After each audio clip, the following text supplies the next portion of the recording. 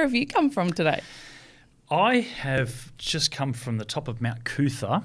Didn't ride up there, Kate, but I drove up there to go to Channel 9 because we did a clothing fitting just to get my clothing all sorted for the Paris Olympic Games, which you did a couple of days ago. The wardrobe lady did tell me that you were up there. Yes, I got some very spiffy duds. Did you get some spiffy duds? I'm not going to dish the sponsor of Channel 9's broadcast, but I wouldn't have called them that spiffy. I normally wouldn't go to that store to shop. Well, I'm getting free clothing. That's okay. There was an issue with mine with the proportional size of waist versus thigh. Yes, yes. They make the skirts, perhaps shorts for me. I was in the same situation for normal humans that have skinny little legs, not like us athletes. I feel ripped off though. We've been in retirement a long time. I thought we'd have skinny legs by now. Well, my waist is now matching my thighs as they were when they were at my best. So, yeah. Strong start to episode 94. Joel is not here. Instead, we have Scott McGrory joining us, Olympic gold medalist, Olympic gold medal commentator. You've commentated a few gold medals. Yes, I have. Yeah. And not all cycling. Multiple sports, yes. Yeah, that story's for another day. We have a lot to talk about this week. We are going to get on the jet and go to the Giro D'Italia. We're going to go via Spain for the women's Vuelta, which is on at the moment. There's been a heck of a lot of success in Oklahoma for the Aussie BMXers. But why don't we start, Scott, in Grafton? In Grafton. Let's get on the jet. Because that's where you have... Yeah, I don't know. We don't need a jet. We're in Brisbane. We don't need a jet to get to Grafton. A Greyhound bus. A Greyhound bus, but it is in country New South Wales. Yeah. You've just come from what we used to call the Grafton to Inverell. Yes.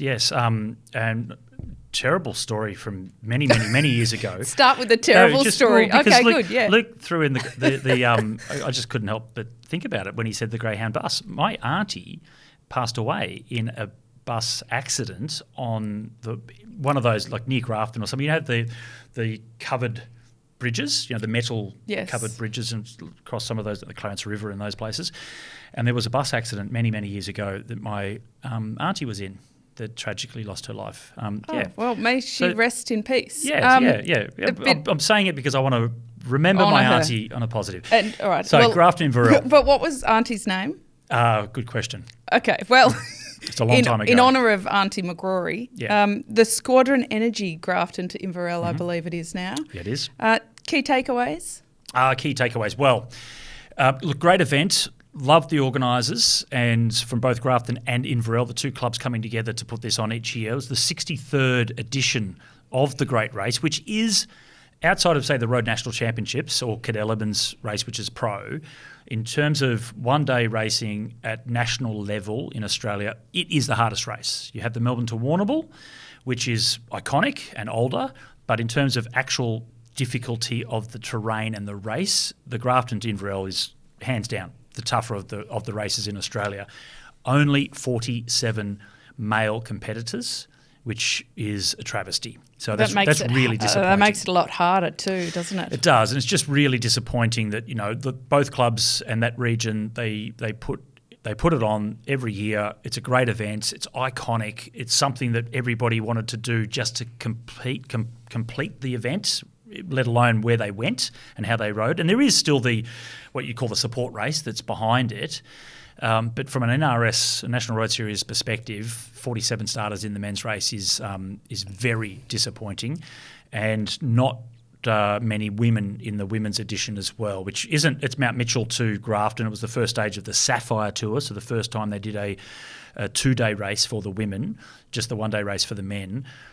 Look, great performances from the riders that are there. It was won by Bentley Nikkei Olden from the Cage Parkoop team. They won also the Tour of Brisbane with Graham Frisley, so they're on a roll. They're doing very well. But yeah, I just couldn't help but be disappointed with the lack of turnout. Scotty, Merksy here, because I don't know who Luke is, but why 47? What do you reckon? What's going on there? Look, the ARA team are in Europe. Half the Bridgelane team are in Europe. Everything, the cost of living for everything has gone up, and it is a difficult race to get to because it is at Grafton. So where do you fly into? Where do you drive from? You've got to get to Inverell. So for the support for teams becomes a little bit more difficult. I know two of the riders, two brothers, They got themselves to Grafton, raced it to Inverell, and then about an hour and a half after the race, then were asking officials if they could get a lift back to Grafton because that's where their car was and they have to drive back to Victoria. Oh, right. But they didn't think to ask anyone the day before or the week before. Planning. And so and they after stayed your the night. story, then not prepared to get on a No Greyhound bus. buses. No bus Oh. trips. Yeah. So, Caitlin Nicholson won in the men, and it was all In the women. In the women, pardon me. Top 4 was Bridge Lane. yeah.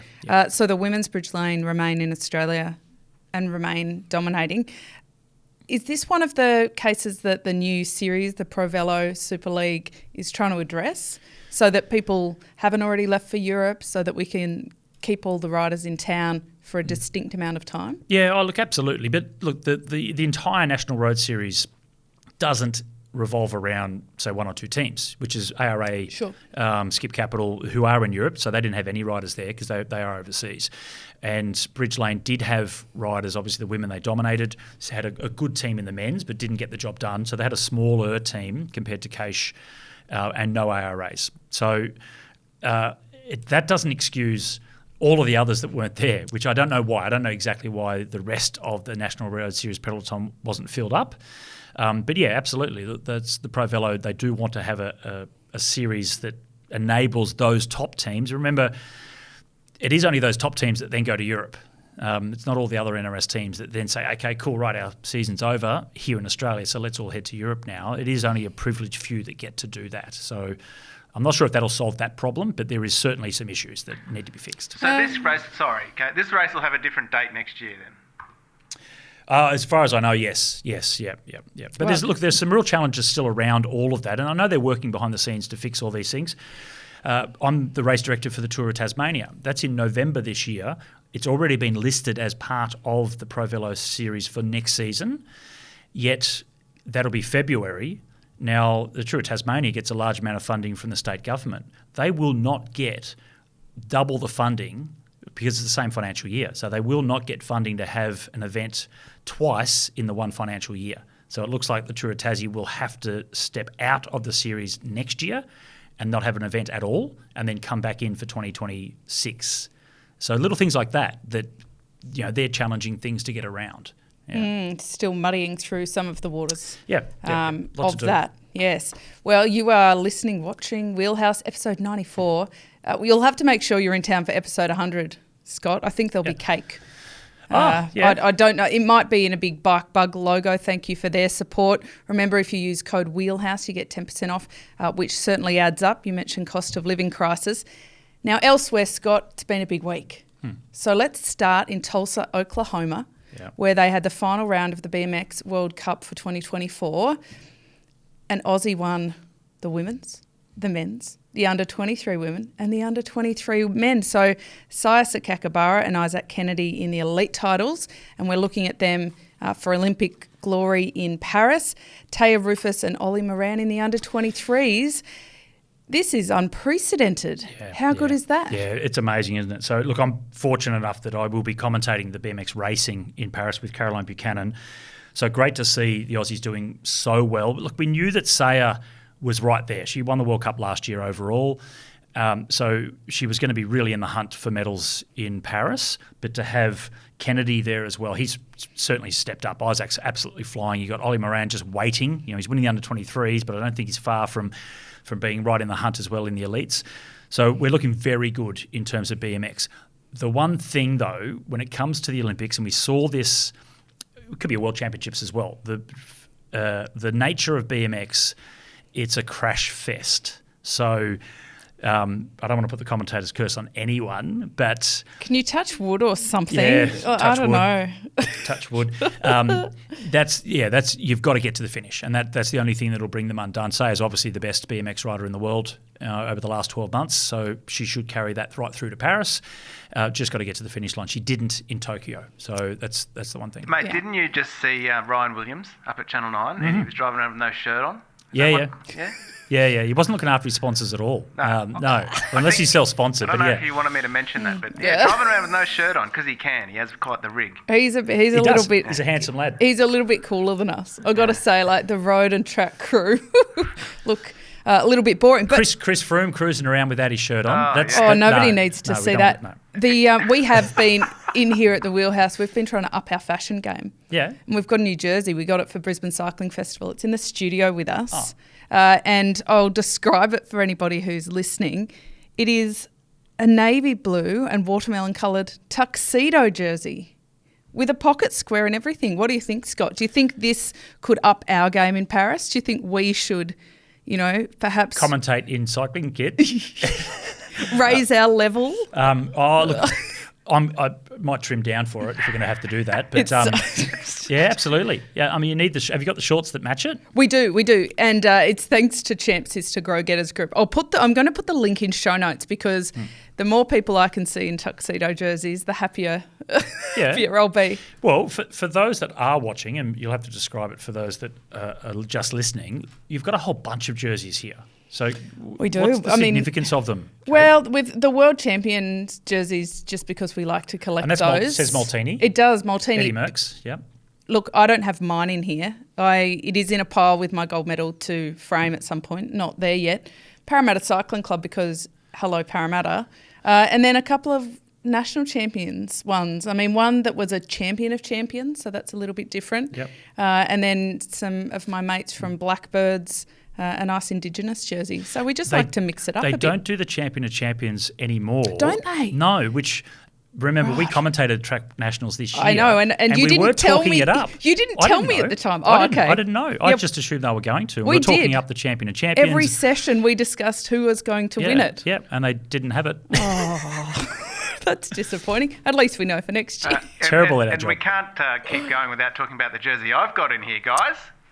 Yes, you've got. Who's that? Well, got a bit of news about him later. I've put in the rundown. Well, actually, that's a very good segue, Merksy. You're welcome. Because next on my list is Peter Sagan and Mark Cavendish, and look, we've got their books here too. So they're racing the Tour of Hongrie. Now, Scott, my question on this is Peter looks hungry there, mouth open, ready to take a chomp. Do we really care? The answer is yes. That sounds so disrespectful, doesn't it? Said with all due respect, because I didn't... Yeah. Well, I just looked up Peter's age because I didn't know. He's only 34, but he has been well outside for, while he stopped last year. It's been probably 3 years since he's really done anything by his standard, okay? This guy was the most dominant cyclist outside of Grand Tour winners for his generation. But he's only 34. Cadel Evans won the Tour de France at 34. So, and his physiology certainly hasn't changed. I do feel that he just got over it. 3 years or so ago, he just wasn't training as hard. He had a lot of distractions, as we've mentioned off camera before. But it's all about him trying to get enough racing and condition to at least try and be competitive in the mountain bike at the Olympic Games. I don't think he'll do anything in the race. I just don't think he has it anymore. Cav, you never write him off. There's always a chance, depending on which other sprinters might be there. Oh, but he's had a pretty rough year, a lot of illness. Form, I can't see it. I mean, if it was 2017, it would be very exciting. Popcorn time. Oh, if it was 2002, I'd go and race it as well. But shoulda, coulda, woulda, right? Yeah, I have ridden it. So it's... I've watched a few races this year where I was looking to see how Cav was going, and... Again, by his standards, we're judging him by the best sprinter of all time. Just nowhere near it, absolutely nowhere near it. And it's almost like he's trying to race the old school, racing to get fit. Whereas these days, they turn up ready now. You don't have to do tours to get to a level where you're going to be competitive. If you're not competitive now in the races when you're starting, you're probably not going to get there. Oh, I think, to be honest, he's probably prolonging the career for the dollars. Or the dosh. For the dosh. Sorry, Merksy. I know this is a sensitive topic for you, but... Well, have you seen the name of Sagan's team? I'm hungry thinking about it. Pierre Baguette. How good. Yes. Well, I mean, it's not a French team, though. No. So I'm not really sure why it's named after Baguette. It's a Slovakian team. His brother's assistant DS. Yuri. They appear to go everywhere together. Yeah. Anyway, watch this space. I don't expect them to be going first and second across the line. Prolonging careers for money. I did mention Chris Froome before, didn't I? Oh, wow. Snap. And again, you don't want to be sound disrespectful to. Like if you're going to get paid whatever it is, $4 million a year, why wouldn't you keep going? Of course. But yeah, it's also the other side of it is what is the legacy? What are you leaving? I think it's important to acknowledge that as our role as commentators, you have to be able to talk about athletes, their situations and races in negative ways without being disrespectful. Yeah. And be honest. Be honest and realistic to talk about things. Because I do feel like sometimes we get criticised and saying, oh, that's not kind or that's not nice. We have the utmost respect for all of these guys we're talking about. So if we're having a little bit of fun and you don't really want to see Froomey with his shirt off, then that's okay. Even at his best, I didn't. Elite sport, what we forget, elite sport is not fair. It's not fair. It's who works the hardest, who is the best, who can have the best tactic, whatever it is, they are the ones that win, not the ones that we'd like to see win. And I actually saw something this week in AFL circles that they are not putting, when you get the footy record before the race, before the events, they're not putting weight for the players anymore. So they're not publishing their weight. Oh, right, yeah, which is good, I think. I think I don't think it's good. We'll park that conversation. Why? But that's what they weigh. That's how tall they are. If you're gambling or if you're supporting the event, you want to know that such and such weighs 65 kilos, well, not in AFL, say 80 kilos, and he's going to be playing on someone that weighs 95 kilograms and 10 centimetres taller than him. That's a tactical advantage that player has. I'm actually not sure. I'm not sure how we got here, but I am going to respond to this because I feel like if I walk past, then that's not the right thing to do. But I'm just getting some popcorn. Yeah, certainly. I think it's very well documented how much it affects athletes psychologically to have weight focused on, particularly women, but increasingly more men. I think when you are focusing on that as a part of gambling, then I don't agree with it. I think height is fine. You can see what they look like and decide how they play. But I reckon the weight thing actually always gets me. And you know what? I remember very clearly. The sport's not for them then.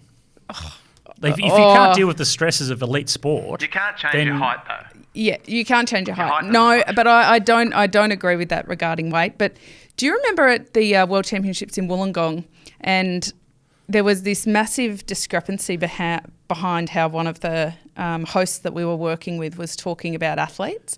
So he was talking about the men as lean and strong and whippet, and the women were skinny or tiny or big, or, like it was on the men's side, lean indicated strong, and on the women's side, lean almost indicated weak. Yeah. And that's this is a conversation that could go for a long time. We're not going to take it there, but that's probably... Am I going to have to move you Can we stick to the rundown? Yeah. No. What is next? Okay, all right. On that one, we will dive into this further. Yep.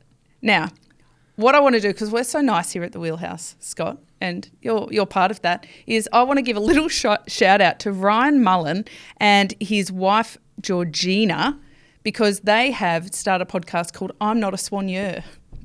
It's really quite funny. And it details Ryan and Georgina's life balancing a baby, going on the world tour, her being a mother, a partner, but not a soigneur. It's very, very comical. Okay. So now, I thought she was a Swanee. No, she's his wife. Right, okay. And mother of his child. Yeah. Well, Johan Museo, I remember hearing a story about Johan Museo years ago that when he went shopping with his wife, say grocery shopping, they would grab the bags, the groceries out of the car into the house, and if there were more bags to be collected, she would go and get them, not him. Oh, God. She would do the extra trip back to the car to pick up the last couple of bags. Oh, no, save his legs. Got to save his legs. I'm not your soigneur. Check it out. It's very, very funny. If you want the hard facts, probably don't come here. But after you listen to us stepping around the hard facts, go over there. Now, let's get on the jet. He almost got kicked out. Ryan Mullen almost got kicked out of the Herald Sun Tour. couple of years ago when I was race director for it, and they brought in a new regulation for the UCI that year that if you swear at an official or a commissaire, you are kicked off the race. Well, that's fair. No warnings. That's gone, fair. I like that. But this was so you have Tour Down Under, then it's Cadell's, then it was the Herald Sun Tour. So third race of the year, new rules come in, and the chief commissaire, the boss, was her driver in the car had been abused by a couple of riders. So she came to me knowing that the rule had changed, then she can technically kick them off the race. Ryan was one of them. Sam Bewley was another one, big Kiwi, nice guy, right? And I thought, okay, look, can we not... Potty mouth. Yeah, clearly. Can we have a talk about... And she did the right thing in that situation where it's a new rule and she thought maybe they didn't know. So let's tread lightly on this one. So I had an arrangement with her that I went and spoke to those riders and said, look, if you go back and apologise, understand that there is this new rule, apologise to her and you can stay in the race. Otherwise, you're out. So I went and did that. Sam explained the situation, went and apologised. Ryan, it took a day or so to get to Ryan, and then he went and apologised. I followed up with him afterwards, and I said, Ryan, no, and he didn't want to. He didn't want to do it. And I said, well, you're out of the race if you don't. So he went and apologised. And I saw him and said, look, did you do it? And he said, yeah, I did. I did, but I told her she was also shit. And I'm like, oh, you know what? Did he get kicked out? No, well, he said that to me, right? So I wasn't the official. Oh, right. Yeah, so he did what he was told to do, but he still disagreed. And I thought, you know what? Maybe you do need to get kicked out. Yeah. Well, I have a feeling that Georgina keeps him well and truly in line, is my impression. Let's get on the jet. Mm-hmm. One day we'll have a jet. We're leaving Grafton. We're leaving Inverell. We're leaving Inverell. Where are we heading? We are heading to Valencia for the women's Vuelta, the Vuelta Femenina. It started a couple of days ago. Yep. Started with the team time trial. I want to talk about that now. It was a very great day for Lidl Trek and for two of the 7 Aussies in the race, Amanda Spratt and Brodie Chapman. Until the last corner, Ellen van Dijk unknowingly had a flat, but at the time it just looked like she dropped herself, went through the corner on her chin, got a few stitches, took down Eleanor Backstead with her. The team did regroup though. Across the line first, Gaia Realini took the Mayo Rojo. Team's time trials, Scott. I don't like them. I've said that on here before. I will say it again. Team's time trials get in the bin. You are of a different opinion. Yeah, look, I don't mind them. I don't mind them. We talk about cycling, professional road cycling, as a team sport, and this is the one stage where it truly is, and it's all about the team. Obviously, the negative, though, is you could be an up-and-coming young superstar that's in a smaller team and is now 30 seconds, a minute behind after the team time trial because your team's just not good enough. So I guess it's unbalanced in terms of fairness, but elite sport's not fair. Well, no, but we're also in a sport with no salary cap, so the bigger teams can just essentially buy that advantage by buying the time trial riders, stacking their team and using that as a before-race tactic. That stinks to me. Yeah, true. And there is a difference between men and women. Okay, you've got big budgets in terms of Visma, Lisa Bike in the men as well, or even Ineos, but I think it's probably more even. So like our Aussie Jaco Alula team would still do well in a team time trial, even though they don't have the budget of a Jumbo or a Visma Lisa Bike team. Whereas the women's SD Works over the last couple of years have just been such a dominant force. So I guess that's why it's good to see Lidl Trek come away with that stage win. It is. Well, because we've got 2 Aussies in there. We also have Grace Brown, Georgia Baker, Sarah Gigante and Anya Lau are over at AG Insurance. Georgia Howe. So we've got 7 Aussies out there. That's good. On stage 2, Grace Brown is keeping a very entertaining video diary. So get on her socials. It's very funny. But she was saying that at the beginning of the day it was raining a little bit and the rain did subside, but that the last kilometres were like ice. And it wasn't even necessarily because the roads were so wet. Yeah, so that's Spain. That's Spain. Okay. I think the same. That's Spain. You hear that and you're like, yeah, that's Spain. So I was like, but why is that Spain?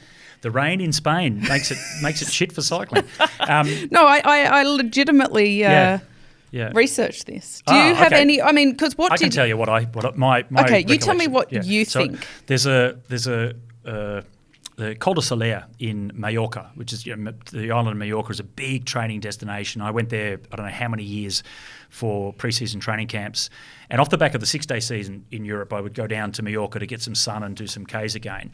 And on the Col de Soler, I crashed going around a corner uphill because it's so slippery. And I crashed going in the dry and crashed going downhill at the first corner. And I went into that corner thinking the speed was fine. I was certainly not going, by my understanding, too fast. But because there is such a small amount of rain throughout the season, throughout the year in Spain, and especially on the islands, that and everyone has diesel vehicles, trucks and cars, all diesel, right? So there's so much diesel pollution on the roads, never getting washed off, and it's quite dry and dusty. So you get a combination of dust and diesel that coats the roads. You get a little bit of water on that, and it is an ice skating rink. Okay, good. I like that. Yeah. I actually cracked little fracture of my shoulder blade in Mallorca as well, but it wasn't riding. It was on the way to... That was in a nightclub. No, it was not in a nightclub. It's a phone party. I'm dancing on the Oh my bar, gosh, no, it was on the way to morning yoga. At the T-Mobile training camp. Fell down the stairs. So well done to me. Passing morning yoga on the way back from the nightclub. Yes. No, but so I researched it. Dusty roads. So you've got that. They did say that. They also said a thing called low spec tarmac. So it is a bit shiny and wet or dry. It's very slippery. Okay. Yeah, I hadn't thought about that. And what I saw when I lived in Girona was that the street washers would come through and wash the road, and it appeared to have like a little bit of soap in it. Not just water, when they were washing the roads. And I don't know if that's maybe to get rid of the dust. But works better for us. I always use soap when I wash. Don't you? Don't sure, I do on me. You use diesel. Yes. You just wash down with a bit of diesel. So there you go. We are talking about the big issues here. Stage 2, incidentally, was won by Alison Jackson. Yes. So she did a bit of a dance afterwards. The most animated cyclist on the planet, isn't she? Yeah. Yes. Well, I think she appeals to a whole new demographic, Scott. She does, yeah. She's getting young people to do TikTok dances. Yeah. Much like you. Are you into TikTok dancing? Oh, look, fantastic. Winner of Roubaix last year, won the Vuelta last night. So great athlete. Appreciate it, but yeah, the TikTok rubbish is not for me. The dancing thing. I was like, you were avoiding the question. Get some new moves, Alison. Get some new moves. It's the same stuff. Do you want to suggest some? No? No, I haven't got any moves. All right, good. The worm, I wouldn't mind seeing the worm. We could attempt the worm on the floor in front of the desk after the show. Yeah. We'll get it on TikTok for you. Too early in the day, Merksy, for the worm. Now, speaking of Spain, but not the place, the people. Carlos Rodriguez at the Tour of Romandie. Mm-hmm. He won. Do we have a new Spanish, finally, Grand Tour hope? Yeah. Well, we need someone to replace Valverde, don't we? He's still kicking around. He's doing gravel stuff.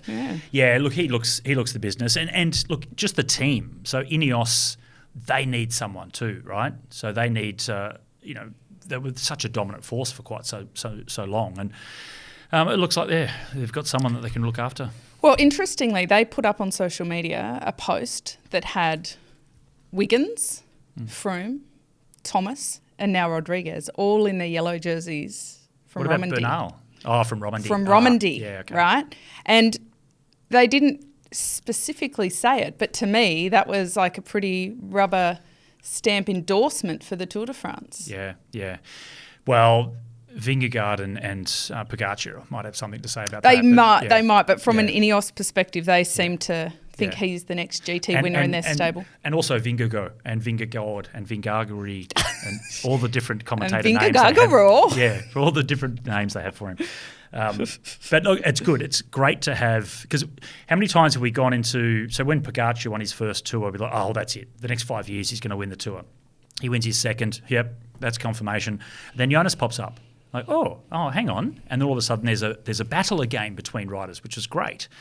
And you might think that Jonas is going to win for the next bunch of years, but then we might have someone else that pops up, which is good. We don't want the dominant force. We don't want a Max Verstappen and a Red Bull. We don't want that. Well, we do want Red Bull in cycling, but they're in now. They are well, in. We get another we saw the jersey, the Bora jersey. Yeah. Guys, this is a good time to inject myself into the show.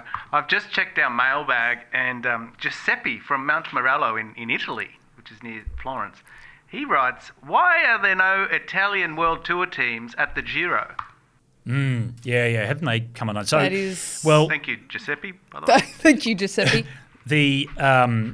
The Middle Eastern teams, Bahrain, UAE, they are the old Italian teams. They are the management of the old Lamprey team. And so there is that Italian connection, but they're not Italian registered teams anymore, which is, we don't really talk about it, do we? They were such a dominant force, the Italian teams. But at the Giro, we'll have enough wildcard teams with enough sponsors on their jerseys. Yeah, like newspaper. Like it could be 10 teams. Yeah. Really? Yeah. So let's go to the Giro then, because you're talking about Pogacar. Great place. So let's get back on the private jet, head over to, where are we starting the Giro this year? I wrote it down somewhere, Scott. It'll come back to me. I did. It's Valencia. No, it's not Valencia. No, that's the other one. Wrong country. Wrong country. I've got my notes mixed up. I'm still reading the mailbag stuff. Yeah, don't go doing that.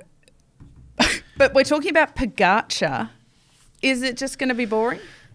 With him there and no other really big names? If everything goes to plan, I guess. But the Giro, it throws things up. Weather, crashes, it's a little bit more hectic than some of the other events. It's a beautiful race. And we always say it, the most beautiful race in the world's most beautiful place. And it is very much like that. It is a great event to watch. Here we go. Venaria Real. Where is that? It's in Turin. Oh, Torino. 3,321 kilometres. Yeah. Is how many of those kilometres will Pogacar be on the front for?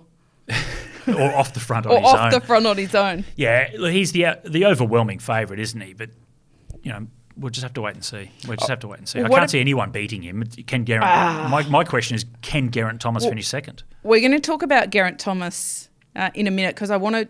There's a few more things about him that really interest me about this year's Giro. But first, I want to go to Gluzio O'Connor.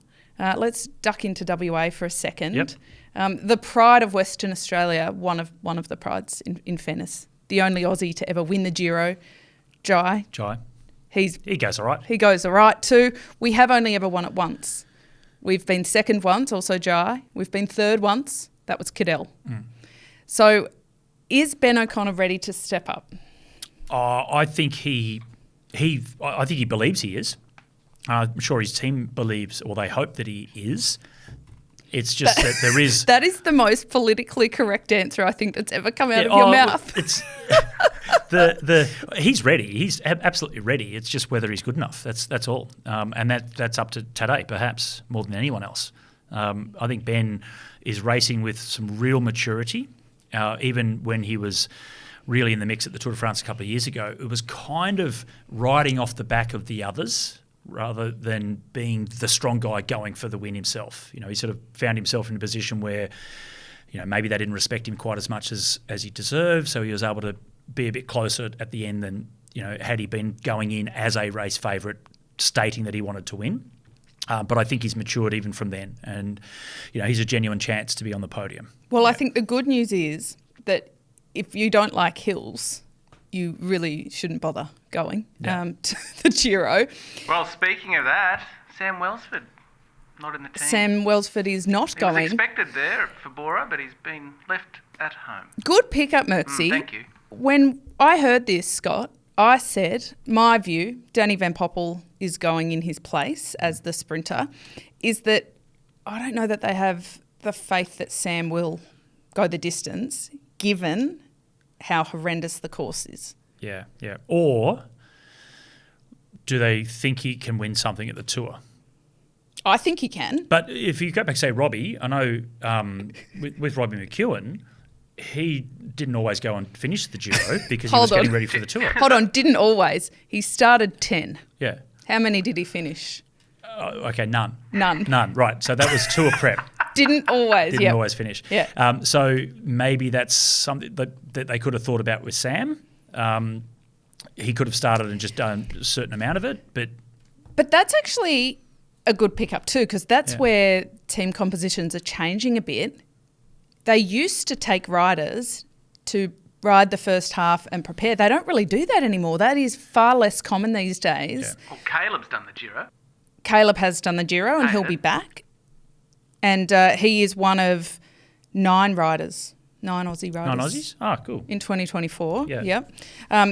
Let's read them out. So we've got Caden Groves, Ben O'Connor, Simon Clark.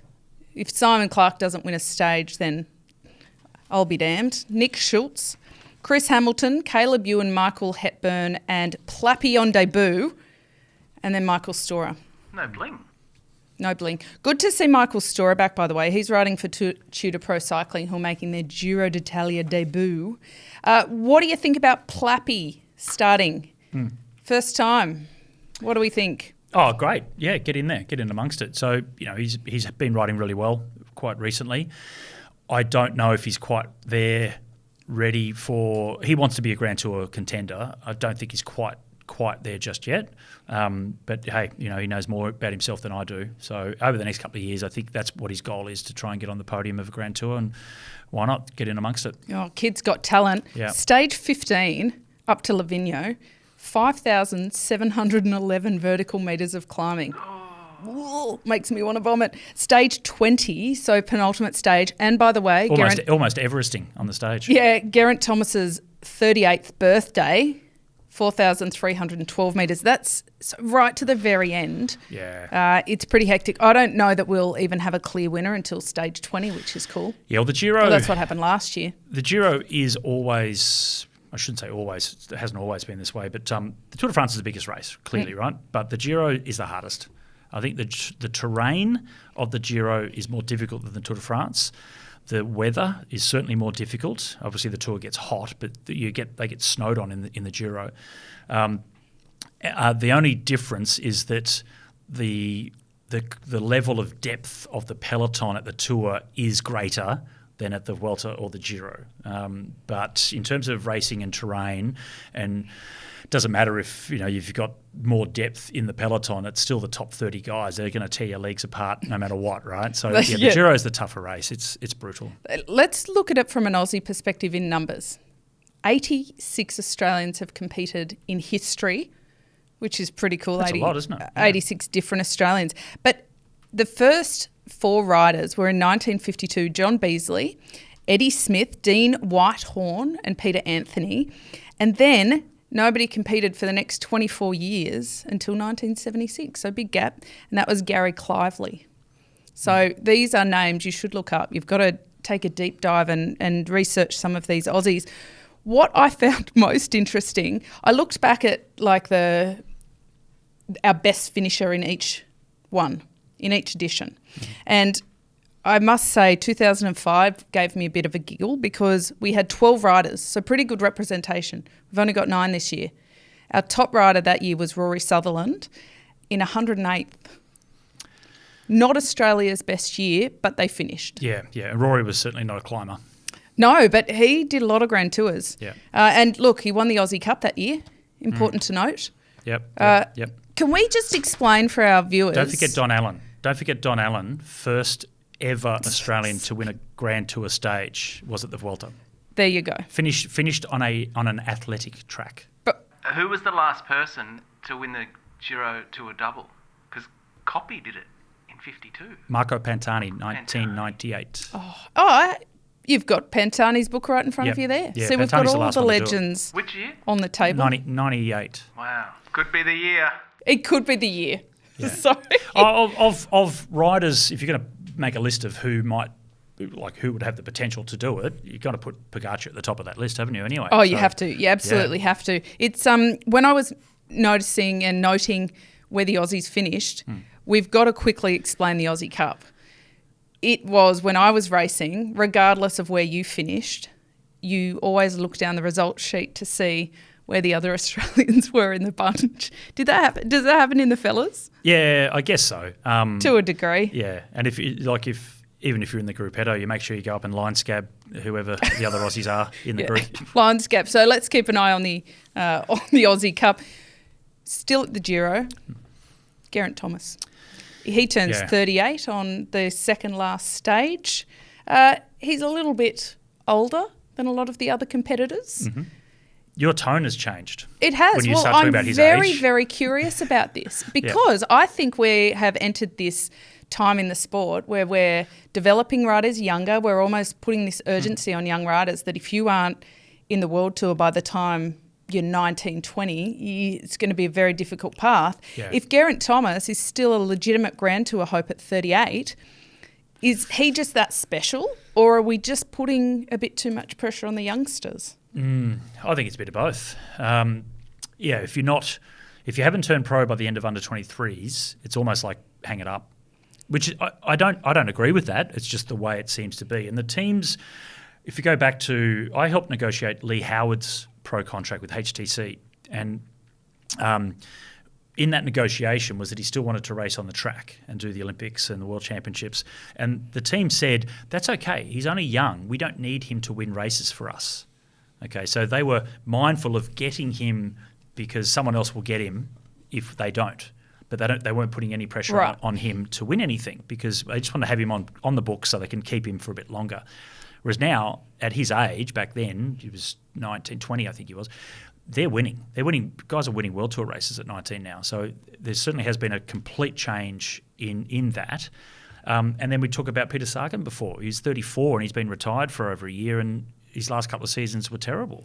Yet at 38, he's a guy that's definitely still a chance to be on the podium. And I hope he does because Geraint Thomas. I really want Geraint, not just because he's a nice guy. I think we all like G.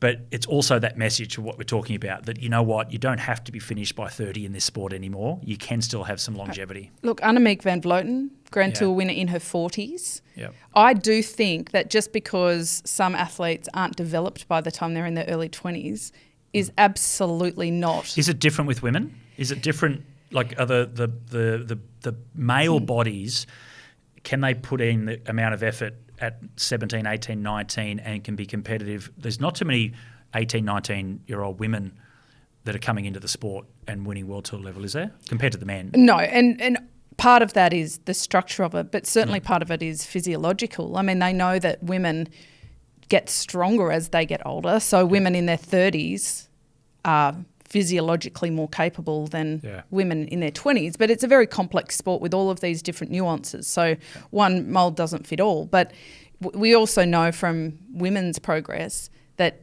every woman, almost without exception, has a really crappy year between about 18 and 25, where you do everything the same and everything should be good and it's just not. And certainly the British have done some investigation into the interplay of hormones and that sort of stuff in that. But I do think that the sport is really kind of cutting itself off at the knees by really just saying if you're not in young, you can't make it. Yeah.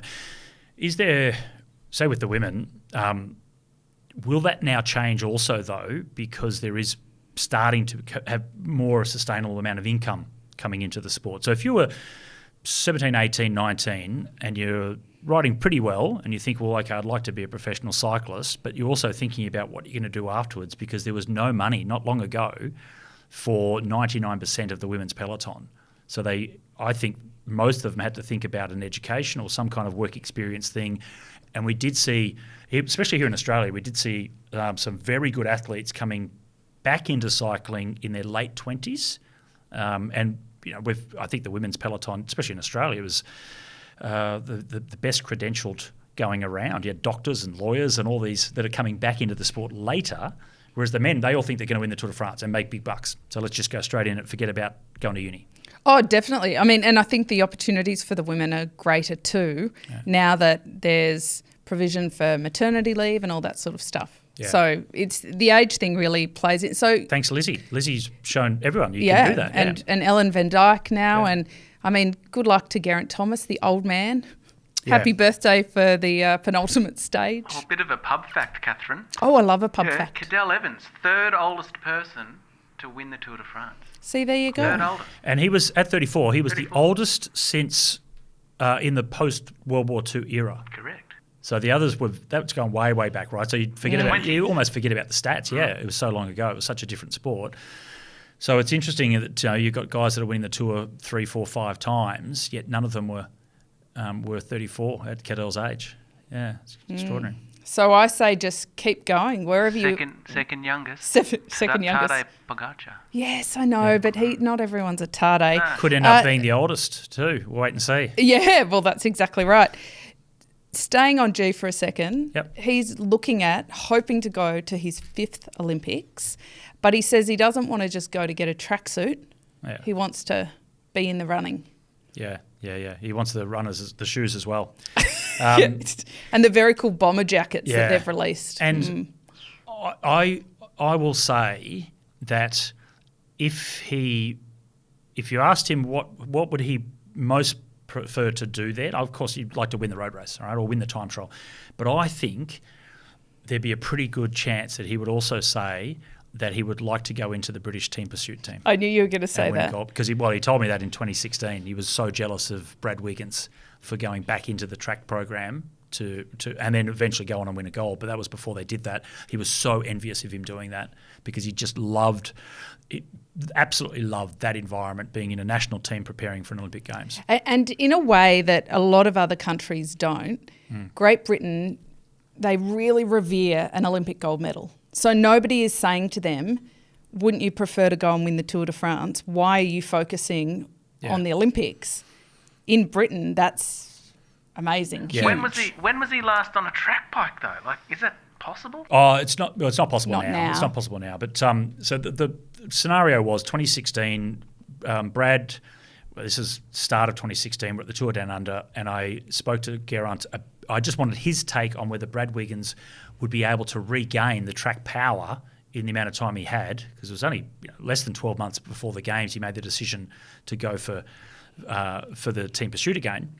And I wanted G's educated opinion on it. And he didn't give it to me. He just went into how envious he was that Brad had gone back into that track program. He says the best time of his life was being a part of the British team pursuit program when they won gold in 2008. And 2012 was he in the team then as well? I think he was. So, yeah, to do that, he said that absolutely just wish he could do it again. But it's too late now for G to do it. And they've got so many good, strong young guys. He just wouldn't make the team now. But, yeah. But he'd love to be trackside, though. Oh, absolutely. Yeah. And when I get it. When they maybe do it. Being a part of a team to prepare, those day in, day out tough times at the track, when no one else is around, all the hard effort that nobody sees, and then you line up on the velodrome in the final of an Olympic Games. That's pretty special stuff. It is. Yeah. It is. Goosebumpy. Yeah. Well, he even said that in when he won the Tour de France. It was the eve of the time trial. He's in the yellow jersey at the Tour that he won in 2018. And he was asked, do you feel the pressure? Do you feel the pressure about going into this final time trial in the yellow jersey, that you could win the Tour? And he said, pressure? Lining up for your country in the final of the team pursuit in London at the Olympic Games, that's pressure. He said, this is nothing. Yeah. And he won. Of course, it was great. Yeah. And he won. And they lived happily ever after. Yeah, both. All right, back on the jet. Where are we heading? We're going to the US. Oh, yeah, cool. Because Vegas? Nike... Get on the slots in Vegas? Nah, dance on a few tables. Nike are back in cycling, this time with Demi Vollering. Yeah. What do we think about that?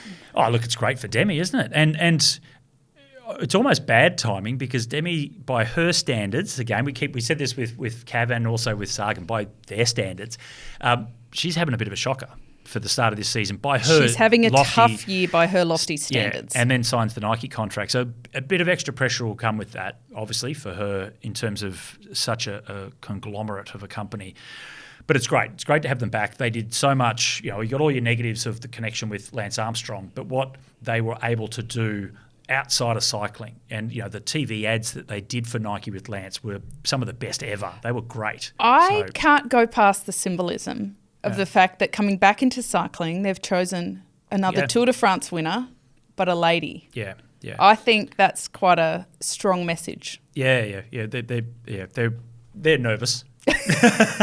Well, they don't need to be with Demi. They don't. People have also been saying, what does this mean? Does this mean they're coming back into cycling in terms of entering the cycling market?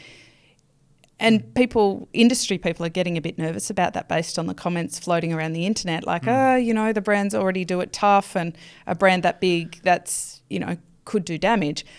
But Mapei sponsor cycling. It doesn't mean they're in the cycling market. They do floors. Yeah. Oh, they make glue, basically. Yes. Glue, yeah. But you know, all of the other adhesive companies, they cracked it when they heard Matt Bay were coming in because, well, there's such a dominant adhesive company. We won't be able to sell any glue. And SD Works do payroll and human resources. You know, do they? So, I didn't even know what they did. Well, there you go. There you go. So I don't think Nike coming back in necessarily means that at all. Oh, and look, they're getting ahead of themselves. If Nike come in at the level of, maybe not the level of commitment of the Armstrong era, but anything like that, it's going to be good for women's cycling. You know, it's the same as Red Bull or any of these other big companies coming in, particularly for the women's side of the sport. It's great. It's a positive. It's awesome. But cyclists go to the gym. They wear sneakers. They wear active wear. So they're still part of the market. Yeah. They don't go to F54 as much, I don't think, as they used to. But they Is do it go to some gyms. Is it F45? F45. F54, that might be a jet. I think they're struggling as a 54. company, and that might be why. Yeah, Because that's right. I was going to the gym to get the biceps to go to the club. That's what it was. Yeah, I got it mixed up. Scott McGrory. Yeah. Hey, before we jet off to Paris. Yeah, we're still in the States, or are we? Just Nike? Well, we're coming back now. Actually, we're going to finish up in Britain, but and in Paris. But before we go to Paris for the Olympic Games, yes, we'd love to have you back in to tell us a bit more about your Olympic story. I'm putting you on the spot because then you kind of have to say yes. Will you come back in and tell us your Olympic story? Yeah, before we go? Of course. I was only 18. I was just a child when I went to the Olympics in 1988. That story? Yes, I mean through to the gold medal part. Okay, both. Yeah. The full spectrum. We'll set aside a long time for that episode. Two very different people. My two Olympics I went to. Entered and exited. We are going on the road to Paris now, where the kind-hearted Nick Seneschal and Hitchin Nomad embarked on 400-kilometre journey to raise money to help women in Afghanistan. Now, we like to shine a light on some of these things on this show, and this is a really good one, Scott, because people were a little bit like, well, cool, but why does cycling and linking to the Olympics around Afghanistan? And this is a quote from him. He said, "Cycling, like education, represents freedom." Oh, that hits me. "And I was deeply inspired when I met two young Afghan women, Mina and Arifa, who had to leave their homes to pursue their dream of competing in cycling at the Paris Olympics. They came to compete in my cycling club's own race as part of their preparation, and their resilience and determination touched my heart and has inspired me to raise money to help the sisters in Afghanistan." Yeah. Great cause. It is. It's pretty special, isn't it? The power that cycling has to bring awareness, to raise money, and to also be quite cathartic for the people taking part. Yeah. And cycling it can be a difficult sport to get into in some of those third world and more challenged nations, because obviously it's opportunity, right? Bikes cost money, access to training, coaching, racing, even just the roads. You know, I couldn't imagine what the training would be like in Afghanistan. The dangers of a female trying to do long training rides in Afghanistan, there's so much to it. So that's a great cause. Well done. Yeah, and we will have some great wild cards and refugee athletes in Paris. And we can share those stories with you as well. They're such wonderful stories. Yep. Now, it reminds me, Scott, the last time we were commentating on track, we were talking about David Beckham, not the footballer, the cyclist, the Indian cyclist. Yeah. And they've come out this week, his coach, and said he reckons that the Indian team sprint could be a rough chance for the podium. What do you think? Oh, look, it's always good to believe. That's... Yeah. You're on fire today. Yeah. Okay, all right. Okay, yeah. Can Ronaldo and Beckham be on the podium in Paris? Scott thinks it's good that they believe that. Yeah, and look, I don't know which event in Paris or which competition he's talking about, but team sprint cycling. No, which competition? Because it won't be at the Olympics. There might be something else that's coming up. And look, of course, good luck to them. That's the kind of the dedication and commitment that you want. And the Indian. Some of these riders came through the World Championships a couple of years ago, and they were really good. They actually were very good at the Under-19 Worlds. So they do have some athletes there that have the potential. It's just not yet. It's not going to happen just yet. But, good luck to them because, hopefully if we have a Commonwealth Games coming up, maybe they can do that. then head towards the next Olympic Games. And hopefully we will have a Commonwealth Games coming Yeah, up. I mean, I'm normally quite critical of the UCI, but they have done a very good job with their cycling centre in Switzerland, getting athletes in from countries who don't have national teams and facilities. Yeah, so we'll give you a thumbs up for that, UCI. Yeah. And I don't want to sound like I'm dishing them. It's just reality, the reality of knowing the performances that they have to overcome from other nations to get onto the podium. I kind of love, though, that, you know, the coaches have come out and even backed them. Like, that would just mean the world and build a little bit of hype around them. And so good on them. Yep. Well, thank you for joining us. Episode 94 of the Wheelhouse. There was a downer at the end there, sorry. But no. Good luck to them. Absolutely. Hey, Rip Scott, it apart. it was not nearly as much of a downer as your Greyhound bus story at the top of the show. True. Yeah, top and tail. Yeah, we've really bookended it. Thank you for joining us. No worries. Yeah. Pleasure to be here. How many have I been on here the most, or is Hank? Because as a step-in co-host. Is this a bit of an Aussie Cup going on?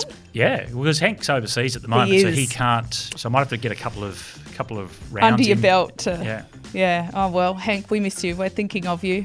Scott doesn't, though. Scott's just no, of course looking at the record he can take. No, he's a good buddy, Hank. Merksy, thank you for another jaunt through the studio. Joel will be back at some point, but, you know, like, share, subscribe, follow, tell everybody, your mum, your dad, your cat, your bus driver. What was that cap you're wearing there, Merksy? It's just a Zwift cap. You might have heard of them. Oh, yes. Yeah, I have. Yeah. Oh, yeah. From Tour Down Under a couple of years ago. Have you guys spoken about the UCIs? That's all changed, hasn't it? Is Zwift not with the UCI anymore? No, it's My Whoosh now. Yeah. I spoke to Zwift to get some sponsorship, but they sponsored another one. Oh, yeah. Yeah, hosted by the former Nike athlete. Yeah. Good luck to them. Oh, right. Okay. Good luck to them. Yeah. And also remember, in our show notes, you will find the link for our beautiful tuxedo jersey from Champs' Go Getters Group. Take a look, and also the code Wheelhouse at BikeBug if you want to do yourself a little bit of shopping. Yeah. Colnago did well. Colnago always do well.